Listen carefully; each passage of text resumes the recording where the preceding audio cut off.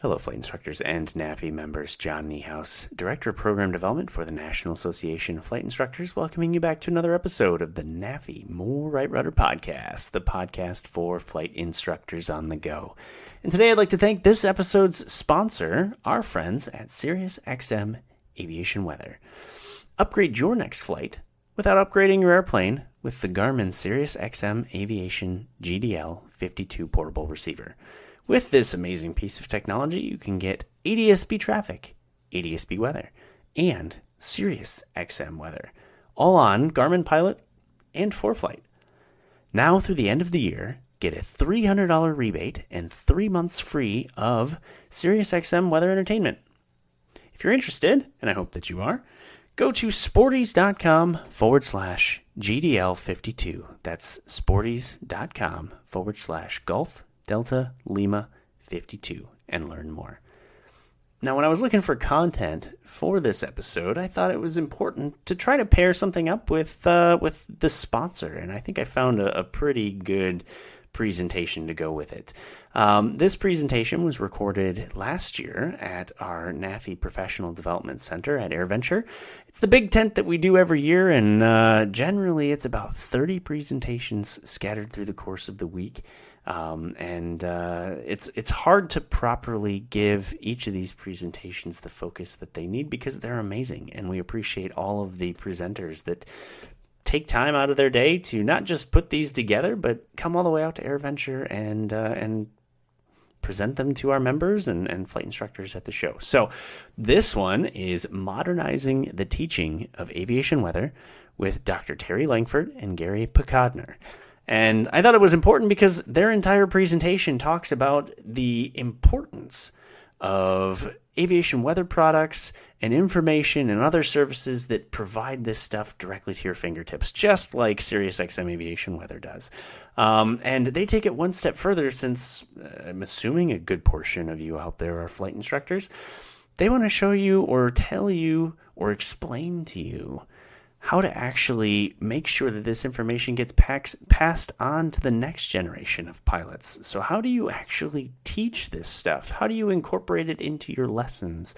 How do we make sure that the next gen of private pilots fully understand all of this stuff? It reduces accident rates, it reduces misunderstandings, and generally just makes us all a little bit better, including the flight instructors. So I hope that you enjoy this presentation. A couple housekeeping items real quick. If you haven't been following it, and I think at this point with as many bits of information we've been putting out, you must be under a rock. But if you are living under a rock, we have the NAFI Summit coming up. And the NAFI Summit is in Lakeland, Florida from October 24th to October 26th. You can still register. Tickets are still available. I'll be there. I can't wait to meet everybody that's there. And maybe we'll even do a little bit of recordings there too. So it could be a lot of fun. We'd love to have you. Get information there at nafisummit2023.org. And the last bit, as we get close to the end of the year, NAFI does have a scholarship, and that scholarship is available to anyone who either wants to get their CFI rating or wants to add a rating to their CFI. So kind of no matter what level you're looking at, you can prepare for this. And this is in partnership with the generous donations of the King Schools. And you can get all of that information on the NAFI website, www.nafinet.org. Anyhow, I'll let you get back to the presentation, so I hope you enjoy Modernizing the Teaching of Aviation Weather with Dr. Terry Lankford and Gary Pokodner.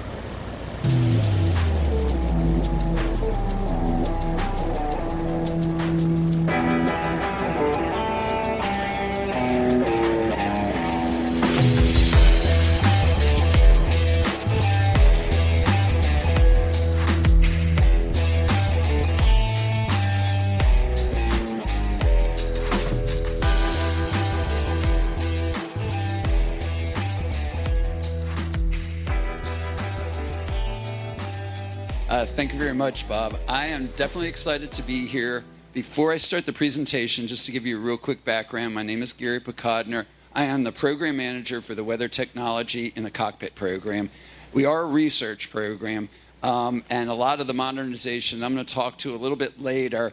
Unfortunately, it's really hard to demo here. If you come over to the FAA Safety Center afterwards or anytime today and tomorrow, I have the virtual reality goggles. You can see how to use those. And I can tell you, having sat here for a week, if you think you are going to not use technology like this for your young learners, I'm not going to say for the older ones, you're kidding yourself. It is unbelievable how engaging and how comfortable, and that's the way they just seem to learn. And I'm talking from 4 years old to about 20. We have just had people spend hours sitting there learning weather without even realizing they're learning. So I'll talk a little bit about that at the end.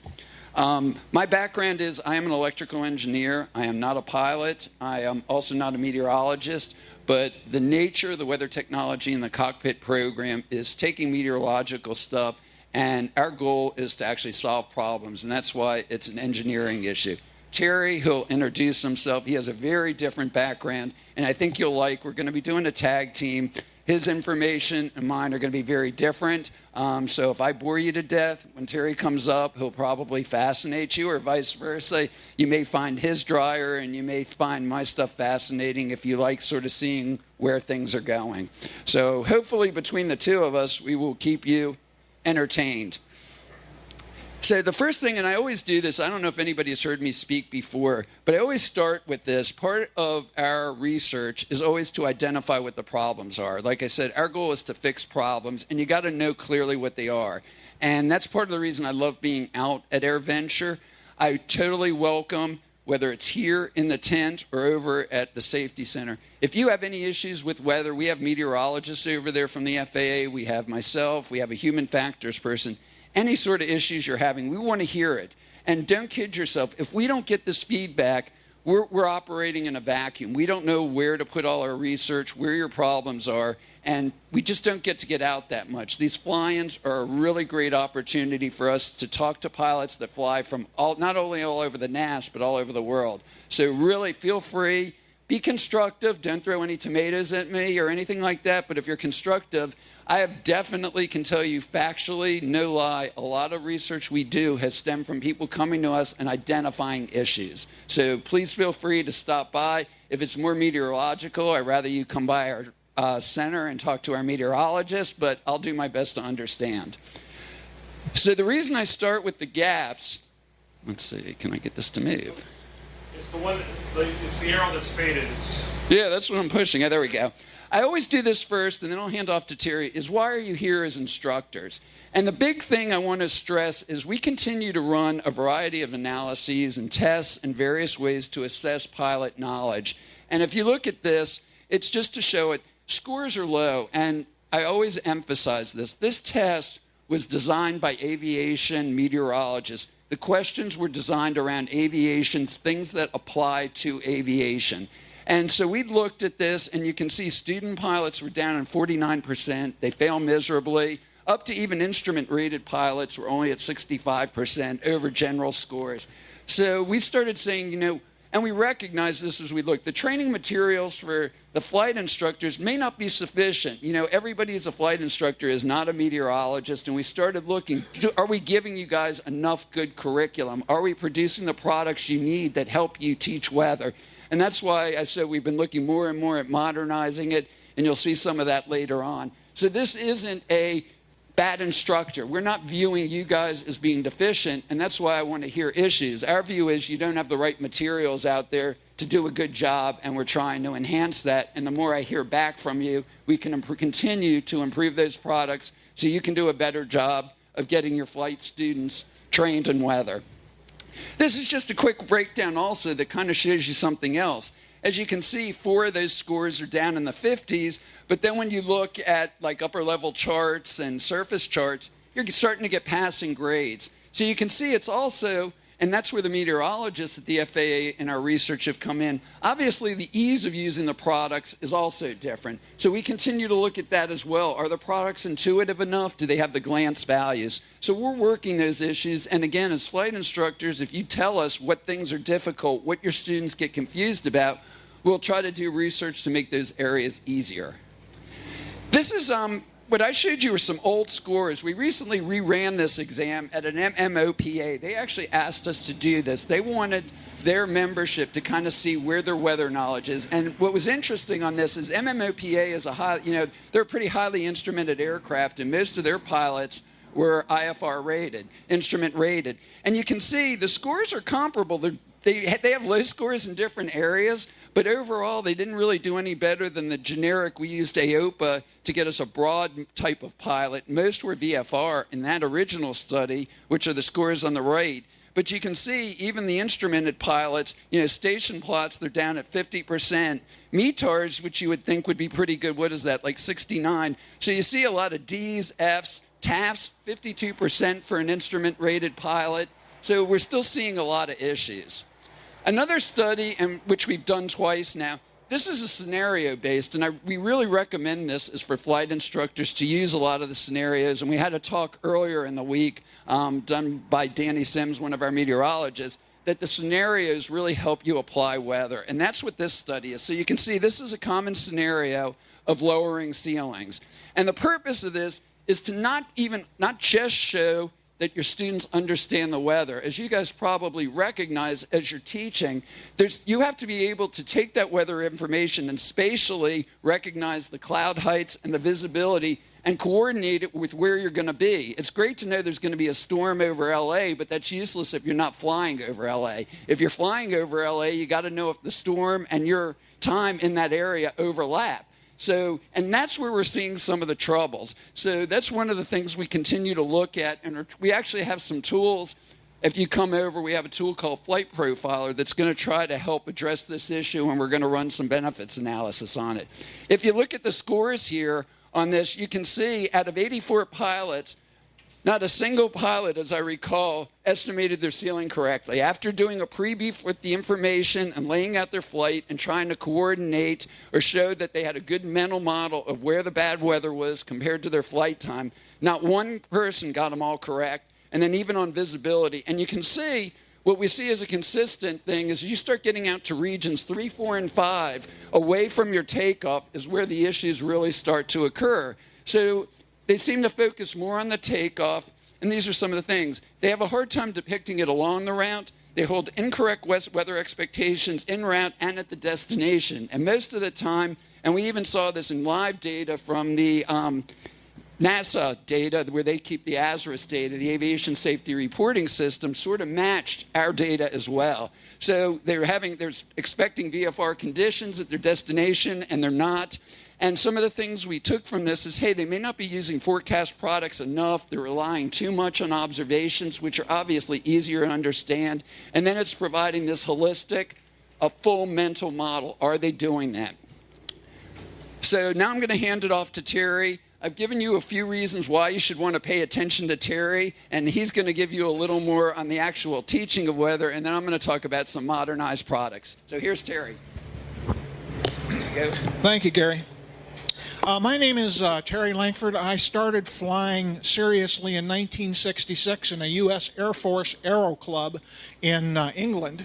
I got my private pilot certificate. Yes, certificate, the FAA can't spell license. In England in 1966. And from there on the GI Bill, I obtained my commercial instrument flight instructor, which made me eligible for a position as an air traffic control specialist with the FAA, and I got into flight service, and I worked in flight service at a flight service station for 25 years with the FAA, and I retired in 1998. And since you folks are continuing to pay me, which I really appreciate, I decided I would continue to work with the FAA's aviation safety program. Now, the video goes by the podium. Uh-oh. We're recording. There you go, right about there. Okay. So now, anybody here from the National Weather Service? Okay, we can make fun of them. As everybody knows, aviation forecasts are 100% correct, 90% in the summer and 10% in the winter. Now, let's see if we can move right along here. What button did you just push out of the black screen? Oh, So it's just this top one. little recurrent training. That's a laser. Got it. Okay. Reality check. I love this. Every theory of the course of events in nature is necessarily based on some simplification of the process and is to some extent, therefore, a fairy tale. Well, Sir William Napier Shaw's observation some 100 years ago is still effective today. Even though we've had a tremendous increase in observations, automated weather observations, satellite and radar, and with computers we have much better computer models, but they're still only generating approximations, so we still have probabilities. I'm going to have to move along because what I wanted to talk with you about today is one of the newer aviation forecast products.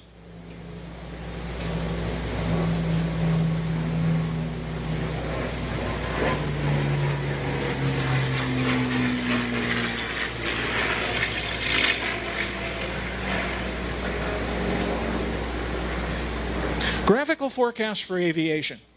Those of you that have been around as long as I have, know that the old text area forecast left a lot to be desired, especially forecast for tops. And the problem with text forecast is it's very difficult to try to put in a written narrative format something that will cover 8 to 12 hours. The National Weather Service, along with the FAA, have developed graphical forecasts for aviation.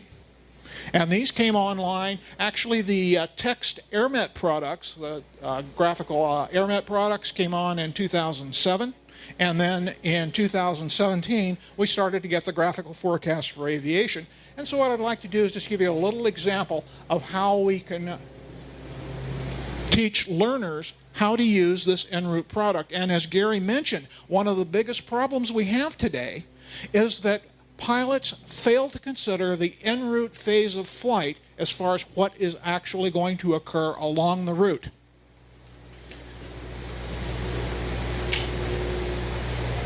There we go. Here we have an example. This is Calaveras, California. Actually, my home base. It's out in the Sierra Nevada foothills behind the first range of Sierra foothills and just east of the Bay Area in Central California. The Aviation Surface and Cloud Forecast graphics, these products are available from the National Weather Service Aviation Weather Center's webpage, and these are also the products that you will see when you get a web briefing from Leidos Flight Service. Now, they're valid at 3-hour intervals, which means that we've got to be careful because these are point forecasts. They are not averages. So we have to be careful about interpreting because things will change at either a regular or irregular rate during the forecast period.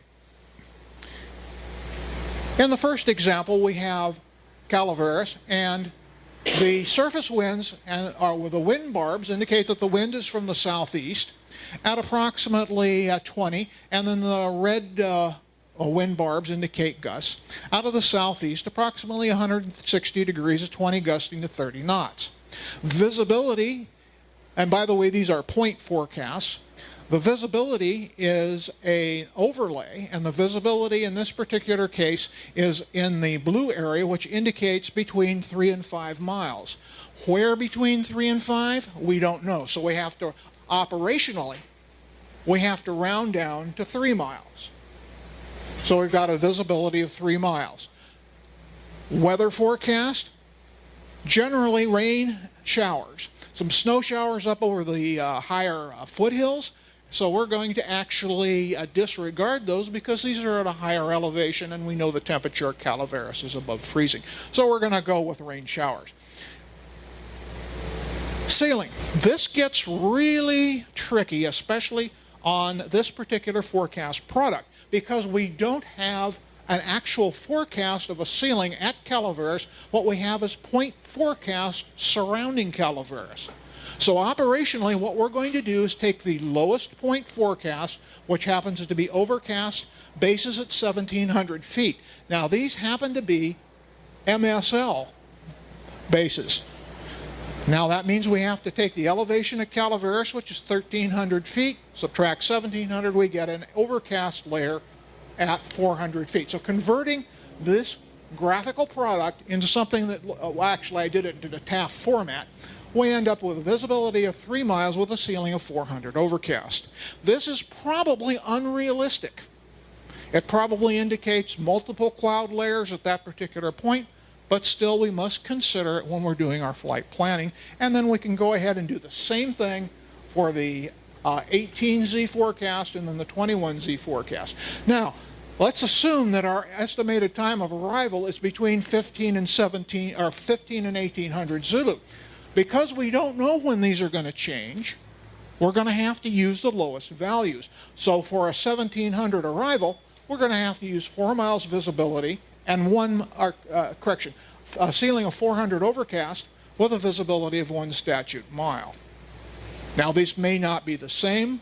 We'll show you how we can actually get around this a little bit.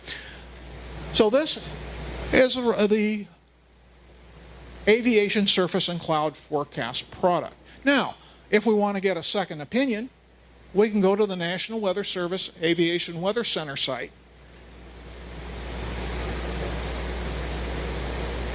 And how we have the graphical forecast for aviation, and the advantages right off the bat are we have forecasts valid at 1 hour intervals as opposed to 3 hours.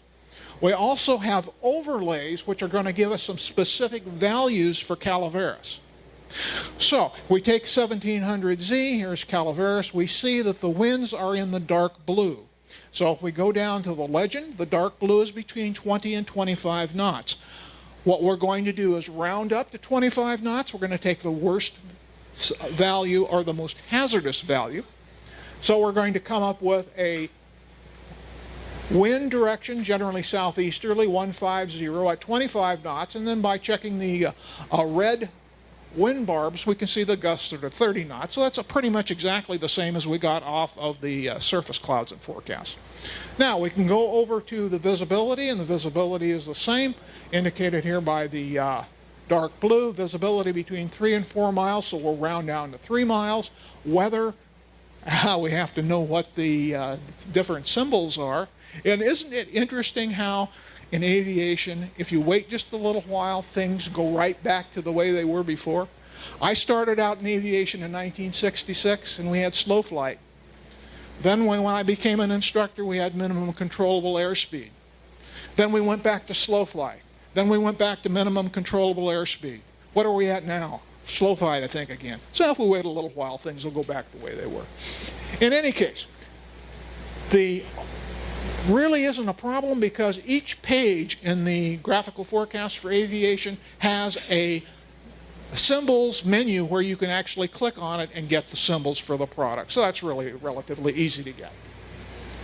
So we have rain, light rain, and at over here for the ceiling, we see it's dark blue. The dark blue is 1,000 to 2,000 feet, so we're going to round down to 1,000 feet. So it's 1,700Z. We've got a visibility of 3 miles, light rain, with a ceiling of 1,000 overcast. This is probably much more realistic for Calaveras.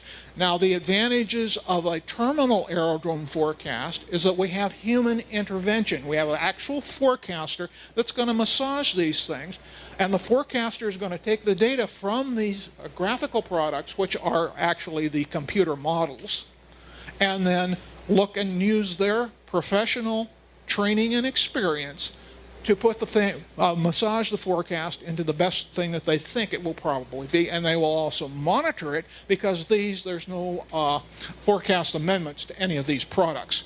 However, they are updated every hour. So we have the forecast for Calaveras, and let's see if we can interpret this a little bit here. One more thing, a cloud tops point forecast overlay. Again, I mentioned that one of the biggest problems we've had, especially with the text area forecast, is tops. Now, in California, The real big problem, especially for those of us that didn't have sophisticated aircraft, we're talking about our Turbo 150s and Piper Warriors, is what are the cloud tops of the stratus? And we get this along the coast in the late spring and summer, and then we get the Thule fog, the fog layers in the Central Valley in the wintertime. And this is a particular wintertime situation out in the Central Valley. Well, it's really important to have tops. We can look at the grid forecasts, and the grid forecasts show us tops between about 1,200 and 1,800 feet. But we don't know what it would be like in between. We can go to the overlay, and the overlay is the blue, and we see that the overlay for the dark blue indicates tops between the surface and 3,000 feet. Well, by putting these two together, we can assume that the tops are going to be generally around 1,500 to 2,000 feet. Now, that's a really good product, and we know we have a stable situation. So if we know the synopsis, we can deduce from that that in the Central Valley are solid cloud tops throughout the valley with tops roughly between 1,500 and 2,000 feet. Really good product. We can also get the tops along the coast. And this provides us with specific tops for the entire country. So this is a really great product and a real advantage over the text area forecast.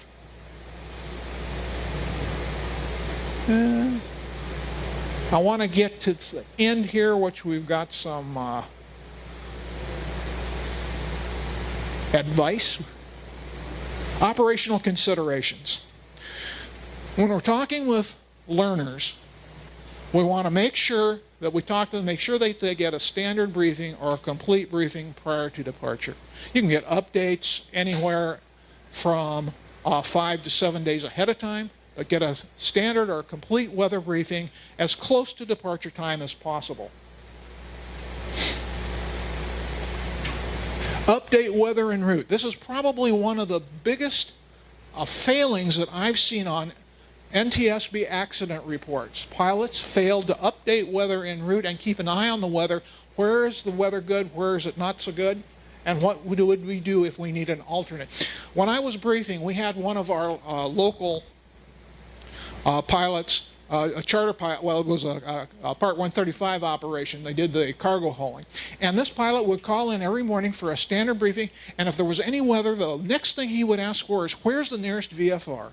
And I thought, boy, that guy's really got the ball. So he knew if he had a problem, where the best weather would be.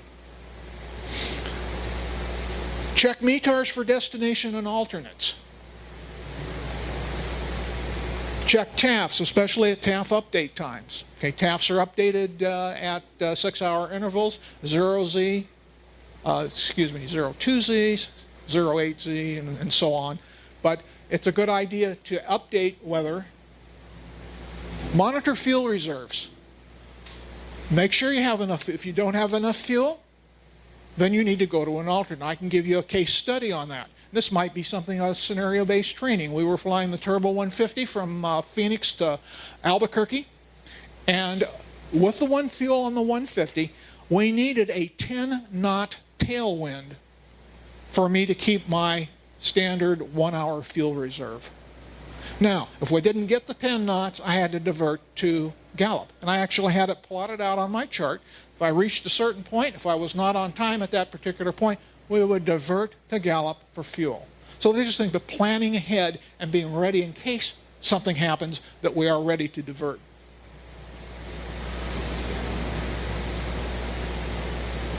Land short or divert. Should conditions approach or deteriorate below regulatory or realistic personal minimums? We've got personal minimums, right? All of us? I hope so. If we're instructors, we are assigning our learners personal minimums. Should conditions approach or deteriorate below regulatory or realistic personal minimums, including surface winds, we need to divert or come up with a plan B. And I know myself, I would always rather land early and then check the weather and then make another leg out of it, rather than get into deteriorating conditions, especially if you have a problem with fuel reserves. Now, with that, we're going to go back to Gary. So hearing Terry's speech, he reminded me of one thing, and he may know the name. One tip I want to give you that we've really been starting to push, and I don't know if this is the exact formal name, and Terry may know, but I think you really want to turn your students on. I also want to see how many instructors, and I'm going to call it the forecast discussion page on aviationweather.gov. Is that the right name? Do you know, Terry?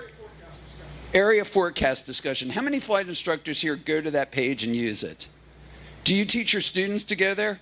Great. For those who didn't raise their hand, talk to the guys who do. Especially, as you go a few days out, that page is full of information. It doesn't give you those abbreviated things. It's in English. There's a lot of technical jargon you can weed through, but you can really get clues even a few days out so you don't get set with get-home-itis or planning your trip. They really give you a good feel whether or not you're going to have inclement weather, what conditions there are, where they expect icing. So if that's a product you're not familiar with, we've really started to try to encourage pilots, and I really would love to see flight instructors that are using that start referring your students to it. It's a great resource, especially a couple days out.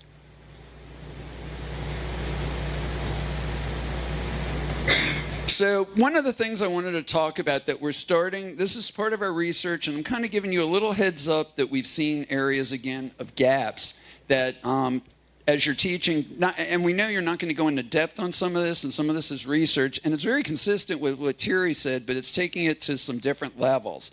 So one of the things, when I talk representativeness, there are areas, especially in GA, and this came out of some helicopter research, obviously where you lack density of weather information. And what we're trying to look at is how can you best assess what one area is if there's no ASOS or weather or other weather station there, and how do you know which system or ASOS to use as being most representative of your area of flight? And a couple things you need to point out to your students is, in some areas, if there's altitude, the ASOS has an altitude bias, and Terry kind of pointed to that a little. There's data density issues. You have the mesonet out there, which may not be official weather, but there is value to using that if you use it correctly, and we're trying to find ways to bring that in a manner that it can add confidence or highlight risks, but not necessarily be used in the same way that you would use an ASOS reading. And then I'm going to talk a little bit about terrain. I'm not going to cover winds at all in this, a little bit on the humidity. So when I'm talking again on representativeness, and this I think is a great chart to use for students because we've seen some accident reports where it comes in. This is taken over at the Georgia-South Carolina border, and you see the dots are your typical VFR, IVFR, or MVFR, IFR, and low IFR. And then you see, obviously, there's some black dots that aren't filled in. So then the question comes in, what do you tell your students to use if they're flying to areas that don't have those dots? So what we've been finding is a lot of pilots, just for simplicity, will say, hey, it's the nearest neighbor. And we're trying to tell people that can get you into trouble, and this has come out of a variety of accidents investigations. So let me click a little closer. And you can see, I don't know if that's what you expected to see on the colors. Now you go even a little closer. Notice the nearest neighbor is not a good representation, and sometimes what's nearby or seemingly close can be radically different. That is something to really caution new flyers. There are a lot of people think weather is so predictable. When you watch the Weather Channel, I think, oh, you just see these big fronts moving across, and you assume anything close by is it. So somebody who really hasn't taken the training, you want to emphasize to them, you got to actually do some research on where you're going and make sure you have an accurate source of information. And I think this really depicts it. So I recommend trying to use something like this to show that don't just assume that because something is the closest, that's your best weather information.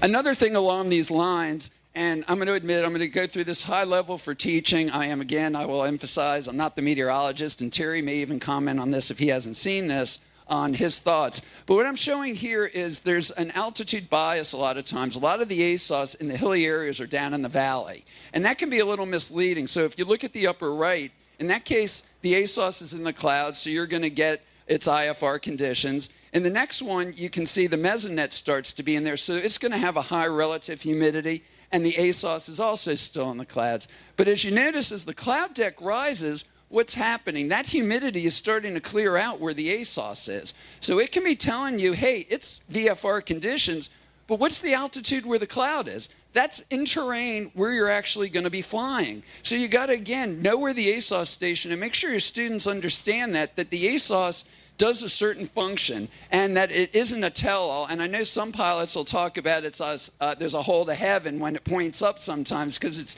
is a very short laser in a limited area, and you have to make sure your students understand that. Don't just because it's automation, read those numbers. And you can see on the last one, as it even rises, that situation's going to even extend more, that you can end up in a cloud deck and you're going to have an ASOS saying it's clear because it's down in the valley. Another one just wanted to really touch on real quickly here is, and I know I've even heard Terry talk about this, is the idea that dew point depression, if you get 0, you're always going to have fog. And that's a little bit misleading as well. We've done some research on this, and you can see occasionally, and it depends on high resolution and low resolution, but depending what data you're using, you can see in the top condition, their dew point depressions is 0, and the no fog versus the time there's fog or mist is 330 to 27. So 92% of the time you're having a false alarm. So you got to look again. Don't take these rules too blindly. Make sure you understand the meteorology and weather behind them, and make sure you're emphasizing that to your students. There's hard rules, and I know Terry has a line like that as well because I've heard him brief. Hard rules are rules, not hard rules. Very few things are absolute, so be careful as you use some things that people like to say to simplify. If you oversimplify, you can get into trouble. So I also want to talk, this is a little bit about the modernization of teaching, and like I said, we have a lot of these tools over. I brought them here. You can demo them. You can see they're coming. Some are available to transition to you as flight instructors. And like I told you, a big thing what we're trying to do is bring more augmented reality where you get videos and things like that on the page and it's not pure text. And then obviously virtual reality where it's 3D and you can experience it. And that has a couple advantages, obviously, is for young learners, it's how people think now when they're younger. They've grown up with technology. Text is boring. It's not engaging.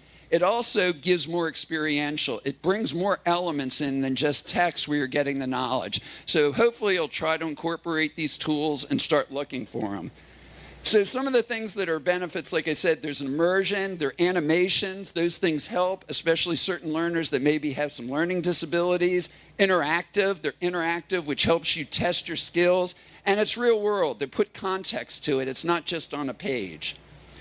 So this gives you an example of just some of the tools. And you can see, when these things come to life, and you would see it at our place, you actually can watch this thunderstorm grow, decay, the impacts. You can ask them to predict where the wind vectors are going to go. And you'll actually see the wind vectors move as they go from the formation stage to an impact stage. And you can ask your students to predict those things. And when they see it in action, you'll find it's much easier to learn than just looking at a bunch of pictures. So we have models for these kinds of things. And I'm not going to run through those. Same thing with microbursts.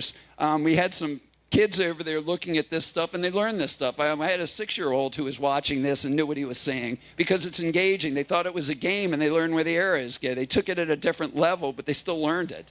And you can see here the effects of the microburst. The yellow is how much it diverts your aircraft. Like I said, a 6-year-old can follow that. He sees where you're supposed to go as the magenta, and you can see the impact, and it registers. It's a lot different than looking at text. So immediate next steps, we're trying to build more of these. We're going to try to put some of this information out. A lot of them are not going to be finished products, but hopefully the flight instructors can start incorporating these tools into your lesson plan and that we can help and you build more to it. Now, I'm going to hand this back to Terry. I just want to do a little introduction, and this is kind of the closing. The FAA came out recently with a new standard, and since Terry's a flight instructor, he actually has used it, unlike myself, who knows it exists. But what this was is, as most of you know, self-briefing has become the norm. It's fast, it's easy, but as you saw at the beginning with the weather knowledge, just because it's fast and easy doesn't mean everybody, when they do it's getting the information they want. And I always tell people, when I was a kid, they used to have full-service gas. Now they have self-service. Everybody loves it. It's fast. Full service, for those who weren't old enough, they actually used to check your oil. They'd wash your windows. When you got gas, your car got serviced. It wasn't just you got fuel. So though they're convenient, they weren't equivalent. And sometimes you got to be careful that self-briefings may not be. The FAA is trying to clarify. We know there's some confusion. There are things like people will talk a legal briefing. There's no such thing. There's a certified briefing. No such, not a thing.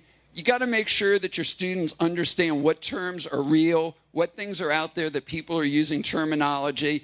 Obviously, some pre-briefs get logged, which is a good thing. Some systems don't log it. Obviously, it's a big advantage that people know, in case you do get an accident, what you looked at for your weather briefing. So we love it if it does get logged. And okay, this I'm going to hand off to Terry from here. I think I just did the intro. I've heard him brief this to me, and he does a great job on this. And I really hope you guys will incorporate the standards, and he's going to sell you on this. It's a really good standard, and I think he can tell you from experience.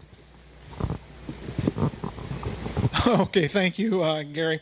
A couple of notes that Gary brought up. Weather is complex and dynamic. There are few, if any, never or always when it comes to the weather. Watch out for absolutes. Watch out for oversimplifications and generalizations. One of the perfect examples of that is with a close temperature dew point spread, approximately 3 degrees Celsius, expect fog. Close temperature dew point spread is only one factor in the formation of fog. There are many other factors involved. If you're interested on getting some specific information on how fog forms, the Aviation Weather Center's YouTube channel has a presentation on IFR conditions. You go and click on that and view that.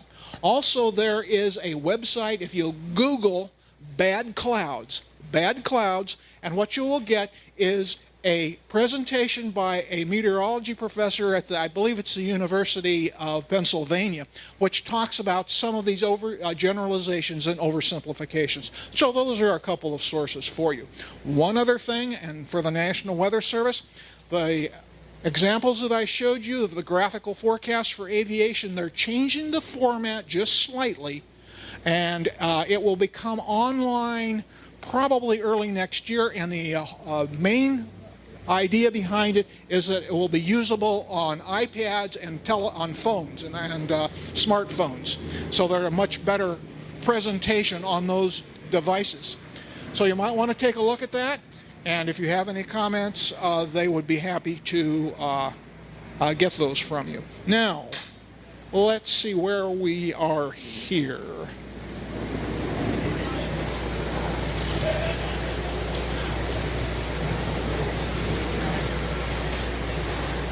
Okay, the different types of things, as Gary mentioned, I don't particularly like the term, there is no such thing as a legal briefing. Be careful when you use other than FAA or other sources that don't provide all the information that the FAA considers a standard briefing. Then it's kind of up to you to get all that information. If you have any questions, contact the flight service station, and they'll be able to assist you with that. AC 9192. Let's see if we've got it here.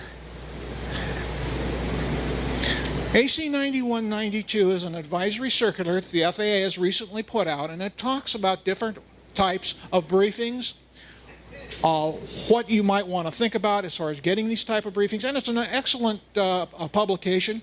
You can go ahead and download that from the FAA's website, and it will be a good general product to get some general information on the types of briefings and what information is available. The FAA has also developed a WINGS program on self-briefing. I know I took it myself. It's one of the better programs. I would suggest it for any individual, including already certificated pilots and flight instructors, to take that course and see what's available. It's an excellent course. There's also, they have the WINGS student worksheets available and additional documentation for flight instructors. And they're working on, and I think we have it here as well. Let's see if we can cut it. They're working on a program that will, for IFR pilots, it should be out within about another 6 months. So keep, and you can get that, you can check its status by, as instructors, I assume you're all probably on FAAsafety.gov. A lot of good and valuable information.